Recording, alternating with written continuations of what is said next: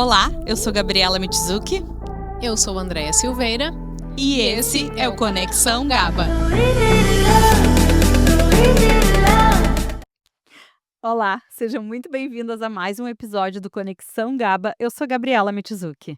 e eu sou Andréia Silveira. E para o episódio de hoje, nós trouxemos um tema muito interessante: comunicação, seja ela verbal ou não verbal. E para nos ajudar nessa conversa tão bacana, nós trouxemos aqui o professor Guilherme Zawadzki, né, o Prof. Gui, né, ele que é especialista em comunicação e oratória. Gui, seja muito bem-vindo. Coisa boa te ter, Gui. Andréia e Gabi. Existe uma música dos Titãs, escrita pelo Sérgio Brito, que ficou muito famosa pelo LS Jack, que se chama Amanhã Não Se Sabe. Em uma parte da música, ele fala assim: Este instante nunca é tarde. Mal começou, já estou com saudade. O nosso podcast mal começou e eu já estou com saudade. Quero ficar um tempão falando com vocês aqui hoje. Obrigado pelo convite, gurias. É um grande prazer. Espero contribuir com vocês e com a qualificadíssima audiência do Conexão Gaba. Prazer é todo nosso, Gui. Para começar, então, o que toda mulher quer saber sobre comunicação? O que toda mulher e o que grande parte das pessoas me pergunta sobre comunicação é como destravar, como chegar na reunião de trabalho, como chegar no palco, na apresentação lá do semestre, como ligar a câmera do Instagram para gravar um Reels e não travar. E conseguir se expressar com clareza, com assertividade, com naturalidade, ser autêntico. Andréia, essa é uma das principais perguntas que as pessoas me trazem. E que a gente vai responder aqui. Amém, vamos responder tudo aqui, né. Agora, conta um pouquinho para nossa audiência como é que tu chegou aqui, né, nesse momento da tua trajetória que tu te dedica então aí à comunicação e à oratória. Que legal, Gabi. Eu sou da área da educação, um apaixonado, eterno estudante, pesquisador e professor. E eu brinco com o pessoal. Existe o passador de conteúdo e existe o professor. Aquele que vai atrás, enche o saco do aluno, manda mensagem, verifica se aprendeu mesmo. É ou não é verdade, Andréia? Andréia pode falar que é propriedade. Então já são 15 anos de trajetória na educação, com a língua inglesa, que foi onde eu iniciei, então como professor de inglês, e há 7 anos já atuando com a comunicação. Eu não sou formado em jornalismo, mas em 2018 eu decidi abrir um negócio no ramo de jornalismo, que virou uma web TV. Eu sou da cidade de Guaíba, aqui ao lado de Porto Alegre, e eu verifiquei que os jornais da cidade, eles eram impressos e demoravam até atualizar o site, era só uma semana depois, e eu tive essa ideia de criar um veículo digital, um jornal digital que pudesse informar com rapidez. E as redes sociais estavam ali também chegando no auge, né, no Instagram, no YouTube, e foi aí que surgiu o Guaíba Online, que depois virou a TVGO, a TV do Guaíba Online. E foram aí mais de 6 anos atuando nessa área, a qual me trouxe muita experiência também, não só da sala de aula, mas agora também com o público, com as telinhas, falando para milhares de pessoas, e isso fez com que eu despertasse um desejo de ensinar como fazer isso. E desde 2024 passei a atuar como professor de comunicação e oratória, e é uma nova fase na minha vida agora, atuando em escolas, de forma própria também, com mentorias particulares e também agora no digital. Então é um pouco da trajetória de como eu chego para ensinar as pessoas a falar melhor e a se expressar melhor. Ai, que legal, Gui. E o que é comunicar bem? Comunicar bem, a pergunta de $1 milhão. Porque a gente fala tanto em comunicação, né? Mas assim, afinal de contas, né? Comunicar-se bem, o que é isso? Andréia, muitas pessoas falam assim: "Eu preciso ser mais assertivo na minha comunicação. Exato. Preciso comunicar melhor". E elas confundem um pouco a assertividade com falar certo. Elas acham que falar de forma assertiva é falar de forma certa. Mas se eu estou falando português certo, é uma coisa. Se eu estou falando de forma clara e estou entregando a minha mensagem, ainda que com erros de português, eu posso estar sendo assertivo, por incrível que pareça. Porque a assertividade, Andréia, ela passa por tu passar uma naturalidade na tua comunicação e entregar sem ruídos.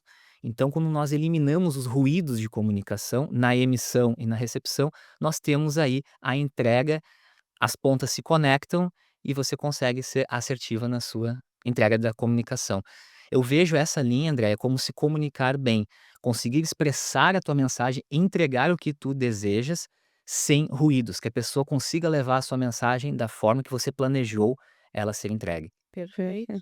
E me explica um pouquinho assim, Prof. Gui, por que, na verdade, né, que tantas pessoas têm um medo, né, assim, de falar em público, de se comunicar, e se existe alguma forma de destravar esse medo? Existe sim, Gabi, existe sim. Outra pergunta também de R$ 1.000.000, Hã? porque nós sentimos com muita frequência esse tipo de medo, Uhum, Gabi. E eu acredito que essa é uma frase até bastante divulgada na internet, que as pessoas não têm medo de falar em público, mas têm uhum. medo de falhar em público. E eu preciso concordar, Gabi, com essa frase, porque nós falamos em público a todo momento. Você foi na loja, você falou com uma atendente que você nunca viu na vida. Você fez um story, você está falando lá com centenas, com milhares de pessoas, talvez algumas você ou a maior parte você nunca encontrou pessoalmente ainda. Uhum. Então nós falamos em público, mas nós acabamos tendo medo, Gabi, de falhar em público. Ou seja, no final das contas, a gente fica pensando e fica com aquele medo do julgamento, do que a pessoa vai pensar se eu cometer um erro. Uhum. E se a minha mensagem sair distorcida? E se eu não agradar?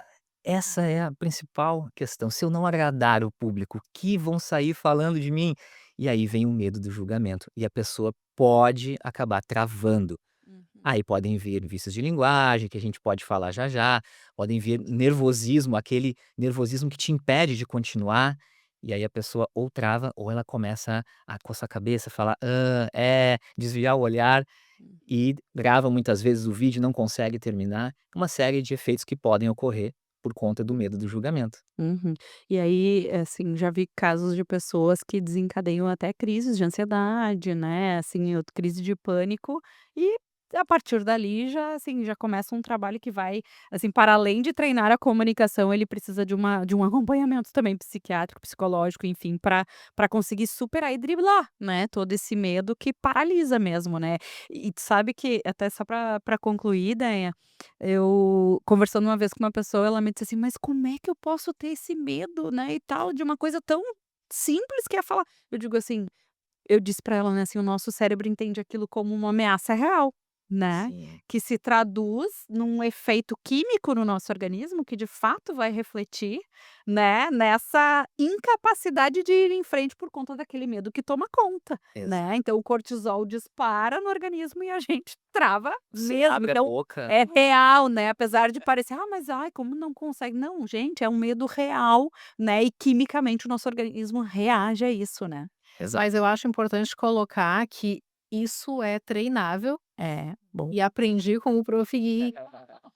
Este medo, ele é treinável a partir do momento que tu consegue bater de frente com ele e usar de técnicas que vão não, te redimir do medo, mas que vão fazer com que tu realmente consiga vencê-lo e driblá-lo, essa é a palavra que eu estava tentando buscar, para conseguir conduzir o momento de uma forma mais leve, né. Uhum. Exatamente.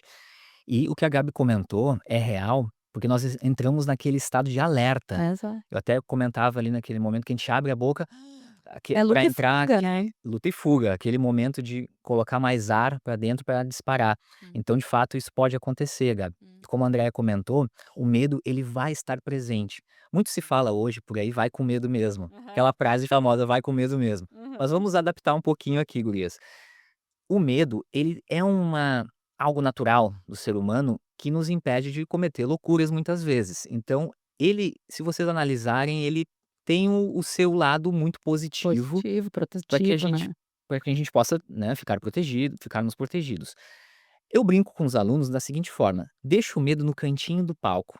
A gente vai minimizando ele. Ele Uhum. não vai desaparecer 100%, porque aquele friozinho na barriga, todos temos, e eu tive também ao vir aqui falar hoje com vocês. Só que é aquele bom, aquele que empolga, Uhum. aquele que te traz uma excitação.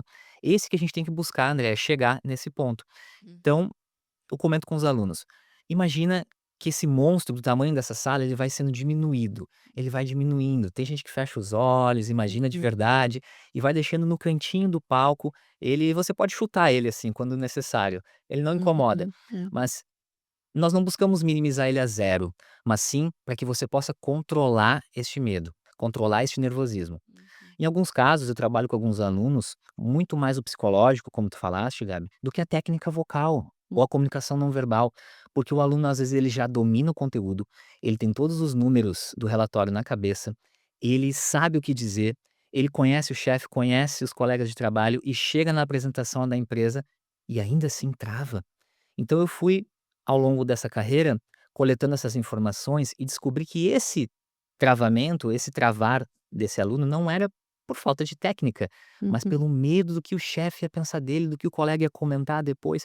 Então quando tu dominas isso, quando tu te colocas como autoridade, quando tu comunica com clareza, com naturalidade, ninguém percebe que Uhum. aquele medinho ainda tá lá no cantinho do palco, Uhum. mas que você conseguiu controlar ele. Ou seja, voltamos ao medo da falha, que está conectado ao medo do Do julgamento. julgamento. E aproveitando aqui o gancho, o medo então é uma armadilha da comunicação.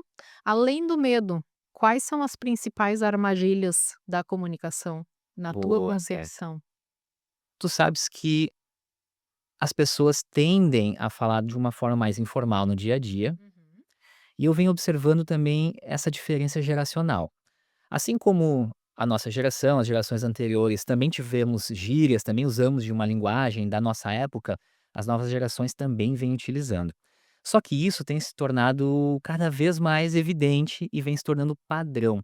E eu vejo, Andréia, que pode ser uma armadilha quando nós começamos a usar de alguns elementos que fogem da assertividade, como muitos vícios de linguagem, não ter uma boa dicção, a pessoa que fala meio pra dentro, assim, que fala meio enrolado, assim, fala meio junto, não consegue comunicar com clareza, ou a pessoa que fala gíria demais, "Pô, meu, tá ligado, né?", tipo assim, "Meu, é nóis". E não acaba Sai nada, não sai tem nada, conteúdo, né. falta conteúdo. Que pode ser uma outra armadilha também, Gabi, a falta de repertório, ou seja, incrementar, desenvolver um bom portfólio. Não precisa aprender palavras rebuscadas, termos muito técnicos ou muito sofisticados, mas palavras que te façam ter uma boa clareza, conseguir expressar o teu sentimento, o teu pensamento no momento, de forma amigável, de forma informal, como nós estamos batendo esse papo nesse momento, sem precisar usar termos muito difíceis, de difícil compreensão, mas também sem precisar usar gírias ou usar vícios de linguagem. Esse meio termo me parece bem interessante. Mas nesse sentido eu acredito muito que, assim, a gente vive hoje uma era muito digital, e eu percebo, eu tendo uma filha de 11 anos, por mais que a escola estimule e incentive a leitura, o jovem e as pessoas como um todo, elas estão lendo menos. E a leitura, na minha concepção, ela é uma ferramenta valiosíssima, né, para ampliar Claro. vocabulário, para até para formação de ideias, né. Então eu acredito que tem essa influência também desses novos tempos, né. Exatamente, Andréia. E essas gerações, elas consomem muito mais o influencer do que, às vezes, um contato com seu familiar. Às vezes, elas têm contato apenas no final de semana ou na noite, quando estão ali com os pais, mas durante o dia elas consomem muito influencer de outra região do Brasil. Então, acontece algumas coisas até curiosas, como agora os gaúchos falando muito você ao invés de tu, os portugueses falando o português brasileiro e não mais o de Portugal, as novas gerações. Então, a gente começa a identificar algumas diferenças. A questão é que estes jovens, muitas vezes, e aí o pessoal que está nos acompanhando certamente tem um filho, tem uma filha, um sobrinho, um vizinho, conhece alguém que é dessa geração e que acaba adotando os hábitos de comunicação do influencer, do youtuber, de outro estado, de outro país. E mesmo não estando naquela cultura, ele começa a falar assim aqui. Até aí, tudo bem, porque ele vai falar com seus amigos muitas vezes, de forma informal. A questão é quando ele vai para uma entrevista de emprego e ele usa desse mesmo comportamento. Quando ele vai quando ele começa a trabalhar e precisa conversar com seus colegas de trabalho, que Hum. também é um choque ali geracional, e ele continua usando essa Mas linguagem. deixa eu aproveitar esse teu gancho, Prof. Gui, pra te perguntar, assim, hã, eu imagino que já durante a tua trajetória tu tenha visto inúmeros erros que se tornam mais comuns, assim, que acontecem com maior frequência, Sim. né. Nesse interim, a geração também influencia, ou seja, a geração X, Y, Z comete mais esse ou aquele erro, ou esses padrões se repetem geração após geração? a tendência, Gabi, é que cada geração tem os seus nuances. Se a gente pensar lá a geração, talvez nossos pais ou um pouco mais para trás, eles também falavam que era supimpa Uhum, em vez de beleza, uhum, que era o Roberto Carlos falava uma brasa, mora, aquela coisa que a gente ouve isso, nossa, que diferente, que estranho, mas naquela época era a linguagem do momento. uhum. Assim, E não ia para as redes sociais, né? essa é uma grande diferença. Mas eu tenho que concordar que a geração Z, de fato, tem usado muito desse tipo de linguagem. Eu consumo bastante conteúdo dessa geração, porque eles são grandes produtores de conteúdos. O pessoal que tá na faixa de 20 e poucos anos de idade agora. Uhum. E como tu falaste, Gabi, eles demoram a conseguir entregar o cerne do conteúdo, ali o centro do conteúdo, por conta dos vícios. Porque tem muito supérfluo, tem muito enfeite que acaba vindo automático, como, né, meu, pode crer, é nóis, tá ligado? Tipo assim. Uhum. E o que era para ser falado, às vezes, não é tão Uhum. evidente. Então, uma pergunta simples, como vocês me fizeram, ou o que você considera se comunicar bem? E aí a pessoa falaria algo como: então, tipo assim, meu, tá ligado? Que se comunicar bem pra mim é uma coisa que, tá ligado? Tipo, meu, assim, Top. é top, meu, é da hora, é da hora. Aham. Então, eles até tentam expressar, mas falta portfólio, falta vocabulário e acabam sempre naquele loop dos vícios. É, e é engraçado, né, assim, porque, hã, por mais que a gente esteja cada vez mais conectados, essa conexão ela é digital e a gente está cada vez mais conectados fisicamente. E eu acho que um dos ensinamentos que até a nossa geração a gente ainda tinha é: "Em tal lugar tu te porta assim, em tal lugar tu te porta assado, aqui tu pode falar isso, aqui tu não pode falar assado", né. E eu vejo essa geração com essa dificuldade de se adaptar aos ambientes, tu também tem essa sensação? Cada vez mais interligados. E aí nós temos que ser multi-skins, né, para a gente poder se adaptar ali em todos os ambientes. Mas, como eu falei, esse caminho do meio me parece tão interessante porque tu consegues se adaptar facilmente a um Uhum. podcast, a uma entrevista de emprego, a uma comunicação num trabalho mais formal ou menos formal também. Então, um jovem que trabalha numa startup, que já tem esse conceito mais aberto, mais para frente, mais informal, pode ter um tipo de comunicação diferente de quem trabalha no âmbito jurídico ou bancário, ou ambiente um pouco mais formal. Mas ainda assim, Gabi, dá para flexibilizar e dá para ter um portfólio que aquela roupa, sabe aquela roupa que tu consegues circular bem nos Uhum. 2 ambientes? Uhum. A gente É o pode falar terno de analogia, tênis, é o terno de tênis, não é? o blazer com tênis, aí tu É. consegue circular bem em todos os E olha ambientes. aqui, como que a pessoa, como que o indivíduo se dá conta que ele tem vícios de linguagem? Porque, por vezes, as pessoas não se dão conta. E Só quando monta um podcast, né, amiga? Mas então, aí ela descobre todos. ou quando tem o Prof. Gui das É, Vezes. É. exato. Vocês acertaram, gravando, ou seja, gravando a si mesmo e assistindo, consumindo. Às vezes a pessoa descobre, André, quando ouve o seu áudio no WhatsApp. Tu enviaste o áudio pra amiga, enviou pra alguém, "Ah, eu vou ouvir pra ver se eu não esqueci de falar nada". Quem nunca? A gente Uhum. ouve o próprio áudio às vezes pra ver se a gente falou tudo. Cometi aqui um monte de vícios de linguagem, cometi um erro aqui, e a gente começa a identificar. Mas o primeiro passo é essa autoavaliação. Primeiro passo. E uma coisa interessante que pode ser feita também é eu ter um parceiro de responsabilidade, porque quando alguém consegue mencionar, identificar e dizer: "Olha, André, aqui tu falaste assim, tu falaste assado", de forma amigável, não vai levar para o lado pessoal, é um parceiro de responsabilidade. Pode ser o cônjuge, pode ser uma amiga, pode ser a companheira de podcast, pode ser colega de trabalho, que possa te sinalizar: "Olha, Gabi, eu estou agora num processo que eu preciso identificar os meus vícios todos os meus vícios de linguagem, então conto contigo. Quando eu ficar assim, quando eu falar 5 tipos por minuto, tu podes me avisar, por favor?" E tendo esse combinado também ajuda. Então autoavaliação, parceiro de responsabilidade e, claro, manter a calma na hora de se expressar. Usar das pausas para que tu não atropele e, como meu pai fala, não coloque ali o cavalo na frente né, porque isso faz com que o teu pensamento já está lá na frente e você ainda vai emitir um som de preenchimento de vício de linguagem para poder compensar aquela pausa que você não quer deixar o silêncio. Então eu vou pensar e faço, e estou pensando no que eu vou falar. Mas não deveríamos ter medo da pausa. O Hum. pequeno silêncio ele é importante, faz parte da comunicação também. ele também comunica. Então, eu sempre digo aos alunos: não tenha medo da pausa, ela tá lá para te ajudar, não para ser a vilã. É, né, reza a lenda, né, que os maiores palestrantes da atualidade, né, fazem pausas longas e intencionais como forma de conectar de volta a sua audiência. Faz sentido isso pra ti, Gui?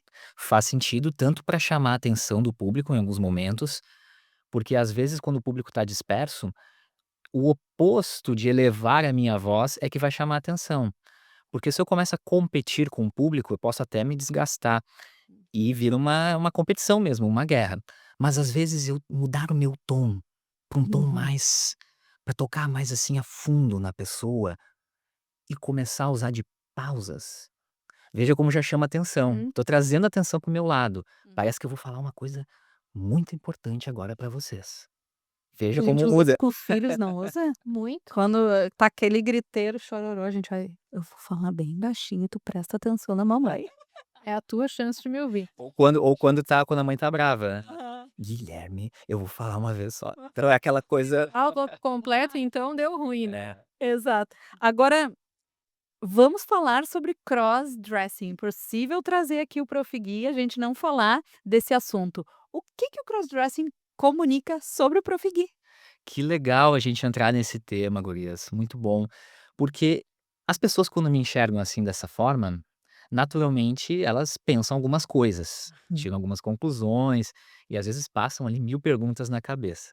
Mas eu gosto de compartilhar que eu também já tive 1000 perguntas na minha cabeça desde os 12 anos de idade, que foi quando eu me descobri realmente, comecei a me perceber dessa forma. Para quem não sabe, Gabi, o crossdressing é uma forma de se apresentar diferente do que é socialmente e normalmente aceito como apresentação masculina e feminina. Assim como tem o homens crossdressers que gostam de usar roupas, acessórios, sapatos, coisas do gênero feminino, também temos as mulheres crossdressers que usam também do masculino, ou Uhum, seja, usam roupas de homem. uhum, Na cabeça de um crossdresser, Gabi, não precisaria haver essa divisão. Então, se eu entro numa loja de departamento, para mim não precisaria ter lá o andar masculino, o andar feminino, o setor feminino, o setor masculino. uhum, Para mim poderia estar tudo junto, uhum, porque eu gosto de usar roupas, ponto. Eu uhum, faço essa brincadeira, né? Eu uso roupas, ponto, sem essa distinção. É claro que isso acaba causando muitos questionamentos sobre identidade de gênero, sua opção sexual, como que a pessoa se identifica também. E eu gosto também de compartilhar, porque é um universo muito amplo, Gabi, uhum, que as pessoas quando enxergam é mais comum a mulher usar itens do vestuário masculino. uhum, Daí veio o sapato social, o blazer, entre outras peças, a gravata, mas é menos comum, eu diria até raro, o oposto. uhum, E aí uhum, nós entramos numa seara interessante. Não tem a ver, Gabi, necessariamente com a opção sexual do homem. Vou pegar, então, como homem, para ficar mais fácil a gente fazer o exemplo. Eu sou heterossexual. uhum, Lá na adolescência, eu comecei a despertar essas perguntas.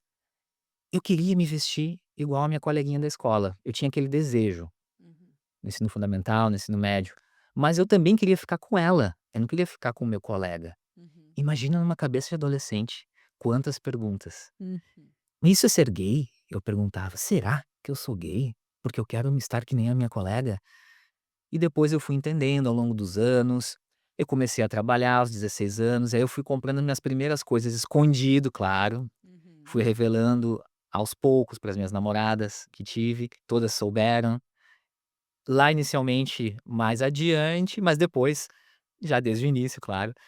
E eu sou pai também, eu tenho a Isabela, que é a minha princesa linda, e que também acaba chamando a atenção das pessoas, elas olham, aí elas visualizam o Profigui e pensam: "Ah, o Profigui deve ser gay ou deve ser alguma coisa assim", e na verdade elas nem imaginam que eu sou homem heterossexual, não tenho atração por homens, tenho atração por mulheres, tenho uma filha inclusive, somos separados, mas a Isabela é nossa princesa linda, e isso tudo é um universo muito rico. Existem também os crossdressers homossexuais, transexuais e existem os performistas também que fazem drag queen, que fazem uma performance, aquela make, né, super, colorida, usam, realmente roupas mais, marcantes. Então existe um grande universo aí que a gente poderia bater um papo aqui longuíssimo. Querer fazer mais um podcast só para isso. Ah, exato. Mas Gui, essa tua opção, eu imagino que queira comunicar algo sobre o Guilherme. Faz sentido? Com certeza, Andréia, comunica sim muita confiança. Alguns anos atrás, quando o pessoal me perguntava o que é ser crossdresser, e até um termo que vem do inglês que nós não temos aqui em português, nós tínhamos o termo travestismo fetichista, que era os homens, isso inclusive estava no CID, estava com uma parafilia, ou seja, os homens que tinham prazer em se vestir de mulher, mas era muito utilizado ainda para lado mais do fetiche, e também era tratado como um transtorno.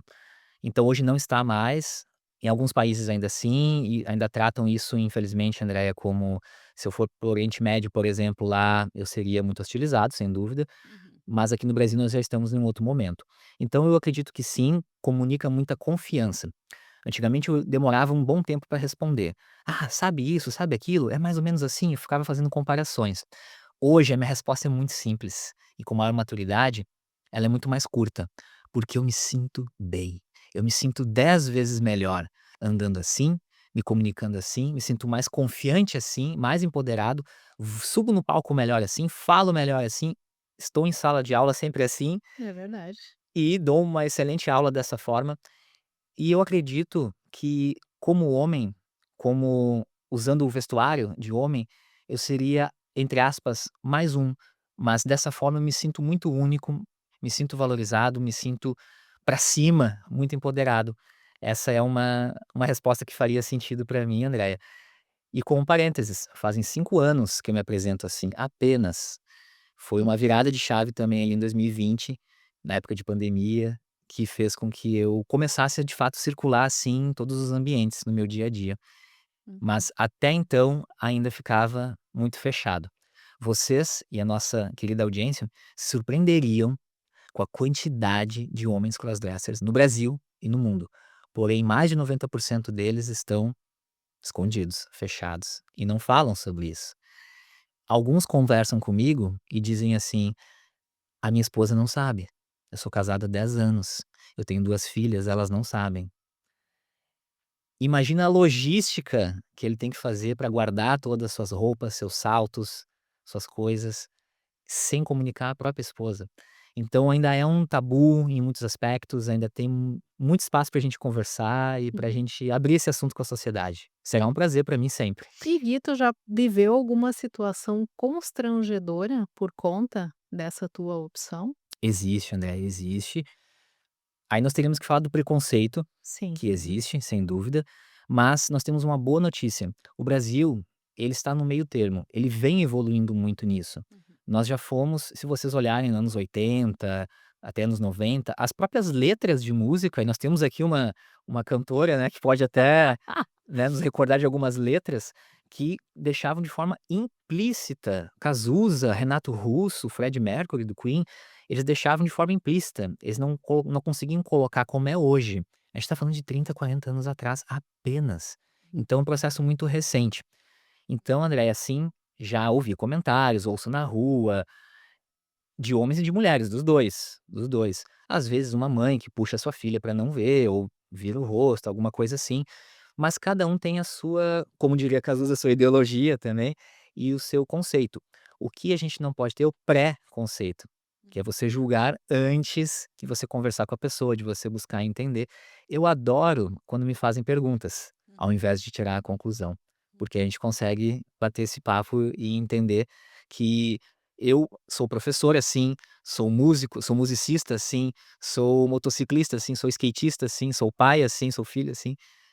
Consigo ser tudo, dessa forma, sem ficar numa caixinha específica. Legal. Muito legal e a comunicação tá muito além só daquilo que a gente verbaliza, né, Prof. Gui, assim, a gente tem, a nossa vestimenta fala, o nosso corpo fala, tudo dá sinais, né, assim, do que a gente quer comunicar, assim, e ter então, né, esse sentimento de: "É assim que eu me comunico melhor", né, que bom, né, Exatamente. assim, acho que é libertador, né. É muito libertador, de fato. E tu está certíssima, Gabi. Antes de você abrir a boca, quando você chega no local, você já está comunicando. Eu assumo essa responsabilidade sempre, do meu jeito bastante diferente. Porém, para a maioria das pessoas, é bacana trabalhar esse conceito, porque também não tem esse ponto que eu tenho. Então, um homem que ou uma mulher que está nos assistindo agora e que pense sobre esse ponto de a forma que você se apresenta, que você se veste, que você faz os seus gestos, que você mantém o seu olhar, o seu contato visual, já está comunicando antes mesmo de você falar seu nome, de você se apresentar, de você dizer o "oi" lá na reunião da empresa. É. E se você entrar numa reunião e não falar nada, tu também tá comunicando alguma Então coisa. Inclusive me peguei aqui pensando, ouvindo o Gui falar agora, deve ser bastante desafiador para um professor de comunicação e oratória, porque passa o tempo inteiro, imagino eu, não julgando, mas avaliando e até pensando, né, o quanto a pessoa poderia, melhorar na sua apresentação se comunicasse de outra forma.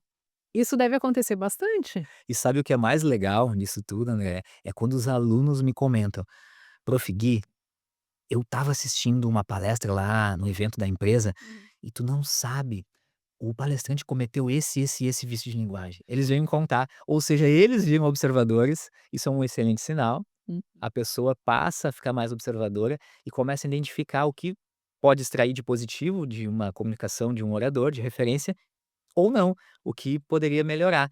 Então não só o professor, André, mas também os próprios alunos chegam nesse nível, que eu espero que tu também tenhas chegado, de observar a comunicação das outras pessoas e saber identificar. Isso aqui eu vou levar para mim, isso aqui é interessante. Ó, aqui ela não foi tão legal assim. É quando a gente fala muito sobre isso aqui, que é sobre presença, né, ideia. E a presença nada mais é do que tornar consciente, né, tudo que a gente faz, né. Então passa pelos hábitos, pela alimentação, passa pelo exercício físico que a gente pratica, a forma que a gente interage, né, com o mundo, com as pessoas, e não vai ser diferente na comunicação, né. Exato. Então, assim, nós sermos capazes, né, de identificar os vícios de linguagem é tornar consciente, né, aquilo que a gente não faz tão bem e tentar né, Exato. evoluir, avançar, mas tu só dá um feedback pra gente depois que a gente desligar a câmera aqui, tá, Gui, por favor. Pode deixar. Olha, Gri, para aquelas pessoas que se sentem mais travadas, por onde elas devem começar? Que interessante, André. Falamos um pouco da autoavaliação, que é um primeiro passo. Isso dá para fazer em casa, dá para fazer com seu smartphone, dá para fazer com seu marido, com sua esposa, dá para começar por aí. Mas buscar a técnica, buscar uma escola de oratória, buscar um professor, um mentor particular, faz toda a diferença, porque você consegue entender os nuances de cada ponto da sua comunicação, sem deixar o seu tempero, que é a sua autenticidade. Eu sempre comento, nós temos que modelar boas referências, não copiar. Não vamos imitar. Se eu imitasse aqui um grande orador, o Silvio Santos, ia ficar esquisito. Eu imitando o jeito que o Silvio Santos faz, ou fala, ou falava, melhor dizendo. Porém, eu posso modelar aspectos interessantes que ele usou na sua carreira para que eu possa incorporar na minha. Um exemplo, Gabi, que às vezes as pessoas, quando vão buscar a técnica, descobrem. 3 tipos de vícios de linguagem que nós temos. Às vezes a gente acha que é só fazer "hã" ou "é", mas nós temos os vícios de arranque, os vícios de início, que pode ser o bom, o bem, o veja bem, o então, Assim. assim, vamos supor, não é?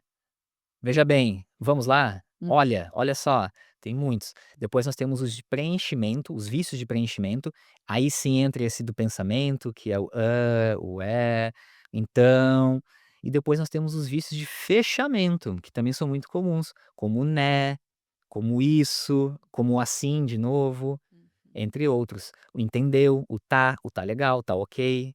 E quando a gente usa um ou outro, meio que pulverizado ali na nossa fala, na nossa apresentação, de 5, 10 minutos, acaba passando até despercebido pela audiência. A questão é quando a gente usa 10 ou 15 vícios de linguagem em 1 minuto. Eles ficam evidentes, Gabi. E isso passa a ficar mais chamar mais atenção do que a tua própria mensagem. Aí o Hum. pessoal sai falando assim: "Nossa, tu viu a apresentação lá do fulano? Quantos nés que ele falou, né, todo final de frase ele falava né". Acaba chamando a atenção. Então essa autoconsciência, André, é um primeiro passo.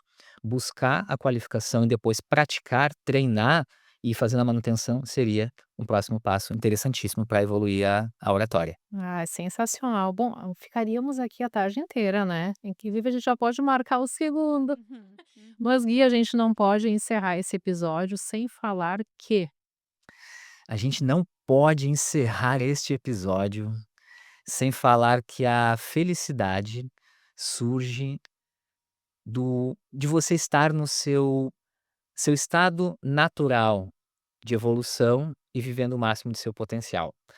Durante muitos anos eu usei essa frase, mas eu usava com crescimento. A felicidade não é um destino, mas ela vem de você estar no seu estado natural de crescimento. T. Harv Eker, o autor dessa frase. Porém, eu comecei a pensar que crescimento por crescimento, a gente pode até acabar dando voltas. Crescer, crescer, crescer, crescer, crescer.